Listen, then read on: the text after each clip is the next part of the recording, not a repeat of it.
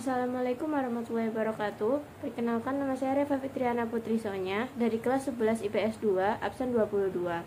Di sini saya akan membacakan naskah monolog yang berjudulkan Dokter Jawa, karya Putu Fajar Arjana.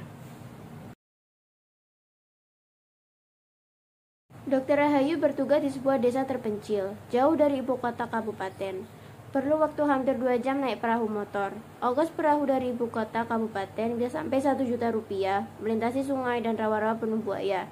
Cerita ini bersetting di sebuah beranda rumah sederhana dari kayu dengan halaman yang cukup luas. Rumah ini digunakan sebagai puskesmas desa. Pada sebuah papan di halaman tertulis Puskesmas Desa Bisajaya. Di dinding beranda tertempel beberapa poster tentang cara hidup sehat, terutama poster-poster tentang penanggulangan penyakit malaria. Tak jauh dari dinding itu, sebuah timbangan tergantung lengkap dengan selendang bayi. Hanya ada sebuah meja tua dan bangku. Disitulah biasanya Dokter Rahayu menerima pasien-pasiennya. Tak jarang, ia sendiri tertidur selonjoran di bangku panjang itu. Lampu perlahan menyala. Terlihat Dokter Rahayu sedang tertidur di bangku. Tangannya menjuntai hampir menyentuh lantai kayu. Ia tampak sangat lelah. Jam dinding sederhana hadiah dari Pak Bupati yang terpasang di dinding menunjukkan pukul 2:15 dini hari. Terdengar salah anjing yang diikuti oleh keributan di luar halaman. Aku tak setuju pergi ke dokter Jawa itu. Ia macam tukang sihir. Lama-lama kita jadi sok Jawa semua. Ah, sudah, kita ke Bapak Tibo saja. Jelas ia suku kita, kata suara laki. Anak kau ini sudah mau lahir. Jangan sok pikir atau Papua. Sekarang panggil itu dokter, kata suara perempuan. Kau saja yang panggil, kau kan yang melahirkan. Itu perbuatan kau juga. Itu suara siapa? Masuk saja, dini hari seperti ini tak baik berada di luar rumah. Hah? Apa? Ada yang mau melahirkan? Ya, melahirkan yang suka tak kenal waktu. Ia bisa datang kapan saja, seperti juga kematian. Oh, kematian? Kenapa aku jadi melantur menyebut kematian? Selama 3 tahun aku di sini, puskesmas ini jadi saksi bahwa kelahiran dan kematian itu tak pernah adil. Kau boleh ngotot mengatakan ada kelahiran, pasti akan diimbangi oleh kematian. Begitukah? Hukum itu membuat jumlah manusia selalu sama, dan itu kunci eksis bangsa manusia sampai kini. Begitukah? Pendapat itu sudah harus dikoreksi sekarang. Di beberapa tempat, bahkan kelahiran jauh lebih banyak dari kematian. Lihat saja kotamu sendiri. Makin hari pemukiman menelan sawah-sawah para petani. Ruko-ruko merambah sampai hutan-hutan pinggiran kota. Itu tandanya kelahiran lebih banyak daripada kematian. Setujukah? Kau harus setuju. Kalau tidak, monolog ini tidak akan kulanjutkan. Kau harus tahu, di sini hukum keseimbangan itu tidak berlaku.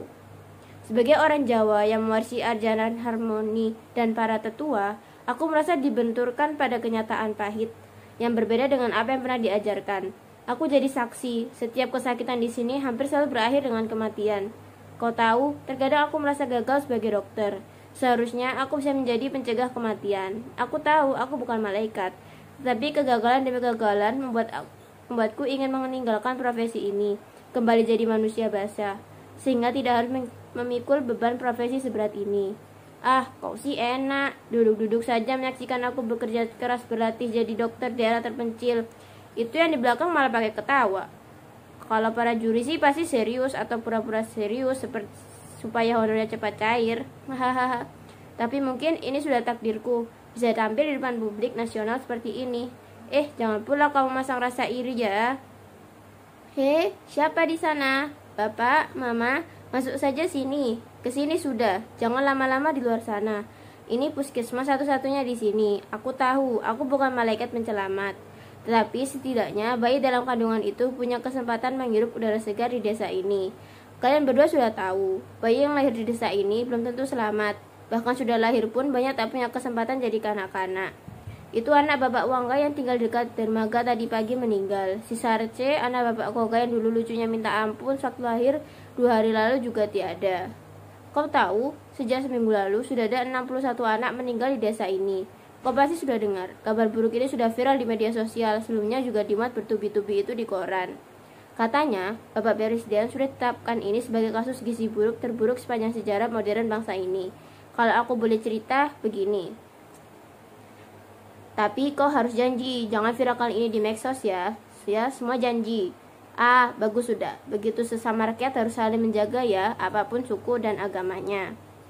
Dulu, ada kasus di desa ini kehabisan beras. Asal kau tahu saja, kita ambil beras dari kota kabupaten pakai perahu. Itu makan waktu 2 hari. Pas waktu itu, perahu pembawa beras katanya pecah setelah tabrak batang kayu di sungai. Orang-orangnya habis dimakan buaya dan beras hanyut di sungai. Hampir selama 3 bulan di desa tidak ada beras. Anehnya, warga beramai-ramai ke puskesmas. Mereka tuding aku sebagai dalang dari semua ini. Aku ingat Bapak Tibo sebagai kepala suku bicara paling keras. Dia bilang begini, kami ini cuma orang primitif, jangan kau permainkan. Kau juga ingin makan beras seperti orang-orang di Jawa. Kami juga ingin modern seperti kau. Tolong kau bawa beras untuk kami. Ketika aku coba untuk bicara, Bapak Tibo cepat-cepat memerintahku untuk diam. Kau minta saja presiden utus orang-orang Jawa supaya cepat kirim itu beras. Kami ini bukan cuma lapar, tapi juga ini maju toh. Bapak Koga yang tadi di belakang maju ke depan. Kulitnya yang hitam gosong seperti terbakar. Orang-orang warga desa ini memang masih jarang yang pakai baju. Saya mau bicara, maaf Bapak Tibo. Dokter Rahayu cuma mau bantu kita seperti yang sudah lama sakit-sakitan. Dokter ini juga sudah bantu lahirkan kita punya anak-anak. Semua suka rela, tak pernah minta ongkos. Jadi dia tidak punya urusan dengan beras. Ah, bagaimana kau bisa bilang gitu, Koga? Dulu ada niat baik dari orang Jawa yang kirim kita beras. Sekarang kita semua harus sudah makan beras, supaya sehat dan modern. Karena dokter ini dikirim dari Jawa, pasti juga bisa bawa beras. Tidak, Bapak Tibo. Aku beranikan diri untuk mulai bicara. Saya dikirim dari Jawa untuk bantu kesehatan warga. Walau terbatas, saya cuma punya obat-obatan. Mari kita pikirkan bersama mengatasi ketiadaan beras. Saya ada punya usul. Bagaimana kalau sementara kita kembali makan sagu? Mana pula bisa begitu kau bicara? Zaman presiden dulu ada bilang kalau orang Papua modern harus makan itu beras. Makan tuh sagu hanya perpanjang penderitaan. Kami tak mau lagi makan sagu. Sagu berarti penderitaan. Karena kami juga ingin modern toh. Sekarang coba kau pikirkan supaya kami dapat beras. Kau pasti berpikir, orang-orang di sini kaku dan keras kepala kan? Selama di sini, aku justru banyak belajar bagaimana mereka berpikir dan ambil keputusan. Mereka selalu berpikir lurus, konsisten, dan teguh pegang janji. Ini yang justru harus aku manfaatkan dengan baik. Tidak seperti kau yang suka mencela-mencela. Sekarang pilih ini, besok pilih itu, tergantung siapa yang kasih rezeki. Bapak Tibo, begini kataku kepada kepala suku itu. Saya boleh tanya? Dia mengangguk. Bapak Tibo dulu dilahirkan mama setelah kerjasama dengan ada punya bapak, bukan? Walau ia tambah bingung, tapi wajahnya jadi lucu ketika ia bilang, ah, untuk apa kau tanya-tanya itu? Tanpa mereka mana bisa kita ada, begitukah? Waktu mama dan bapak bekerja sama, mereka ada makan apa toh? Buat mukanya bertambah lucu. Setelah selingkuhan seolah melihat warga lain, ia bilang, so pasti makan sagu. Aku tahu yang terjerat. Langsung saja aku tarik jerat agar mudah mempelintir lehernya. Set, set, set. Ketika lehernya cukup dekat, aku katakan kepada dia, nah, bapak dan mama saja makan sagu. Kenapa kita orang tidak? Ia coba menjawab dengan memelas. Orang Jawa selalu bilang, kalau berhenti makan itu sagu dan mulai makan beras, kau pasti modern. Tidak lagi disebut primitif. Kami di sini semua ingin jadi orang modern toh. Bapak Tibo, jadi modern tak harus makan itu beras. Orang Belanda tak makan beras, tapi makan roti dari gandum. Karena gandum hidup di tanah Belanda. Nah, kalau di tanah Papua ini tumbuh sagu, kenapa kita tidak makan sagu saja? Kita bisa olah sagu jadi roti, begitukah? Mana pula bisa begitu? Tiba-tiba orang yang tadi diam saja berbicara. Aku sungguh ingat, dialah lelaki yang datang puskesmas malam-malam membawa seorang yang terluka. Ia menggendong, katanya, dokter jangan banyak tanya, obati saja dia. Aku minta kepadanya membaringkan lelaki yang luka itu di sini, di bangku ini. Aku lihat darah mengucur dari dada kirinya. Lukanya cukup parah. Aku tahu ini luka tembak. Ada peluru bersarang di tubuhnya. Bapak, dia harus operasi. Saya tidak punya alat, jadi Bapak harus bawa dia ke rumah sakit kabupaten. Saya sudah bilang, kau obati saja. Jangan banyak tanya, apalagi kasih itu perintah. Ketika mengatakan itu, ia mulai mengacungkan sebuah senjata. Aku sedikit gugup, tapi coba aku sembunyikan dengan memasang muka serius seperti dokter pada umumnya. Mungkin begini ya, muka serius orang dokter. Begini. Kalau Bapak tunjuk itu senjata, saya tidak bisa bekerja. Bapak duduk dulu di sana, saya akan keluarkan itu peluru dengan pisau kurang steril. Maukah? Spontan ia jawab, itu terserah. Kau dokternya. Sudah saya bilang kan, jangan banyak tanya. Untung peluru tidak terlalu dalam masuk ke dalam dada lelaki itu. Meski begitu, aku tetap membiusnya. Dengan menggunakan pisau bedah seadanya, aku berhasil mengeluarkan peluru. Ketika mencuci tangan dalam ember di halaman, lelaki itu mengejar. Jangan dokter kasih mati itu teman. Kenapa dia tidak bergerak? Saya bisa kasih mati juga sama dokter. Tolong hidupkan lagi. Senjatanya kembali ia todongkan kepadaku. Kali ini aku sudah benar-benar menguasai keadaan. Ku katakan, Bapak, tidak ada gunanya bertempur di gunung-gunung. Mari sini bergabung sama orang kampung. Kita sama-sama hidup sama orang kampung, sama republik. Bertempur sama tentara cuma akan hasilkan kematian. Tanpa kuduga, senjatanya ia simpan ke dalam lokernya. Kulihat temannya mulai sadar. Ia kembali menggendong temannya dan pergi menghilang dalam kegelapan malam. Aku lanjutkan lagi kisahku dengan orang yang datang malam-malam itu ya. Kau ada setuju kah? Lalu dia bilang begini, sagu kami sudah habis dimakan tentara. Apa yang bisa diolah jadi roti? Bagaimana kalau besok pagi kita sama-sama ke hutan cari sagu dan kita olah jadi roti? Bagaimana Bapak Tibo? Bapak setuju kah? Kami memang kemudian sama-sama ke hutan, tapi alangkah kagetnya, pohon sagu sudah hampir tidak ada lagi. Lahan sagu yang kutahu dulu menghampar di sini sudah berubah jadi hamparan sawit yang begitu luas. Waktu itu, Bapak Tibo dan sebagian besar warga desa langsung berbalik arah tidak mengatakan apa-apa. Sejak itulah, sikapnya mulai mengeras. Ia tetap ngotot ingin makan beras, dan pemerintah di Jawa harus bertanggung jawab pada keadaan di sini. Seluruh tragedi kekurangan gizi di sini itu karena pemerintah di Jawa telah mengganti sagu dengan beras. Padahal beras tak pernah ditanam di sini, sehingga harus selalu didatangkan dari luar pulau. Apa? Mau melahirkan? Kenapa tidak langsung masuk saja ke puskesmas? Mari Bapak, Mama, setiap kelahiran apapun keadaan harus diberi kesempatan untuk hidup. Hidup? Disitulah, terus terang aku merasa gagal sebagai dokter yang dikirim jauh-jauh dari tanah Jawa sampai ke pedalaman Papua. Di sini, di tengah-tengah kekayaan alam yang berlimpah, mengapa tragedi gizi buruk itu bisa terjadi? Sungguh tak bisa kunalar dengan logika kepala. Sudah kucoba menjadikan kematian demi kematian sebagai energi untuk bertahan, tetapi bukan kematian benar yang kutangisi. Hidup menderita di tengah kelimpahan berkah, itulah yang jadi soal sekarang. Bagaimana mungkin di surga terjadi kelaparan? Sampai suatu hari, seorang transmigran asal Bali yang tinggal tak jauh dari desa ini menyentak hidupku. Ia kebetulan kemari untuk berobat karena di desanya belum ada puskesmas. Ia cuma bilang, hidup itu terus menanam, tak bisa langsung memetik hasil.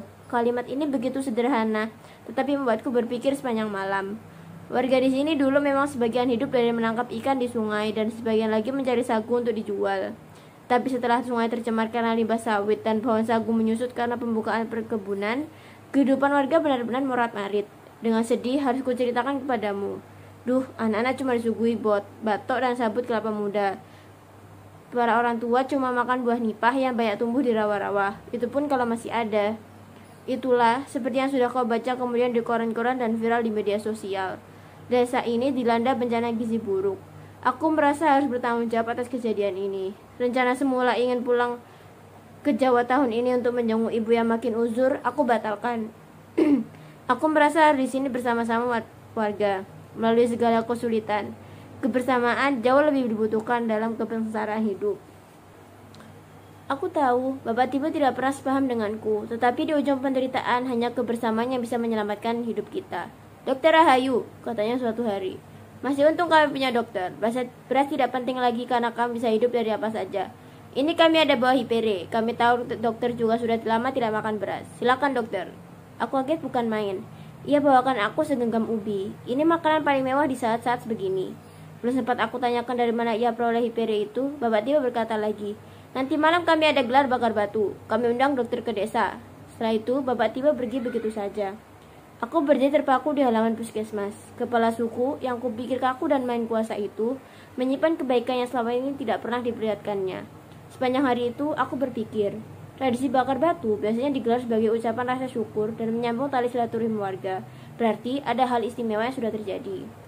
Tenang dokter, kami tahu dokter orang muslim, jadi kami tidak pakai itu babi. Kami cuma bakar daun dan hipere, kata Bapak Tibo.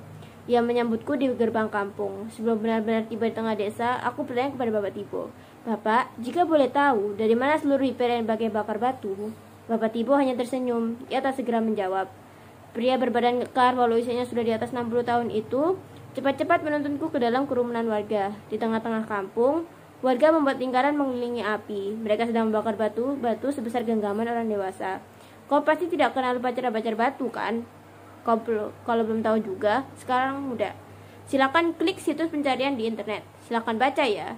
Aku tak mau monolog ini berpanjang-panjang berkisah tentang bakar batu. Aku cuma ingin katakan, di tengah kerumunan warga itu terdapat orang-orang yang berasal dari luar kampung. Mereka dengan cekatan melakukan pekerjaan bakar batu, lalu memasukkan hipere dan dedaunan hutan sebagai sayurnya. Aku tahu, tradisi bakar batu lebih banyak dilakukan oleh suku-suku di pegunungan Jayawijaya. karena mereka penghasil HPR.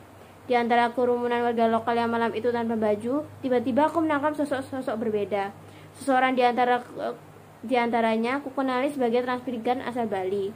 Dia yang dulu pernah berobat ke puskesmas. Ia ditemani oleh 5 orang lainnya, mungkin sesama warga transmigran. Silakan dokter, saya kenalkan ini orang yang kasih kita selamat dari kelaparan, kata Bapak Tibo. Setelah memberi salam kepada para transmigran dan para pemuka suku pedalaman, aku bertanya, jadi Bapak yang sudah membawa HPR ke kampung ini? Seorang yang berpakaian seperti kepala suku cuma menjawab, kami menanam ini semua di tanah Papua, tentu untuk orang Indonesia, katanya. Nah, sekarang silakan saudara-saudara maknai sendiri kata-kata kepala suku dari pedalaman itu. Aku mohon permisi, ada pasien yang menunggu di luar halaman. Bapak, Mama, ayo sini sudah masuk. Puskesmas ini terbuka untuk siapa saja, tak perlu takut sama dokter Jawa. Kita semua bersaudara toh. Sekian dari saya, kurang lebihnya mohon maaf. Wassalamualaikum warahmatullahi wabarakatuh.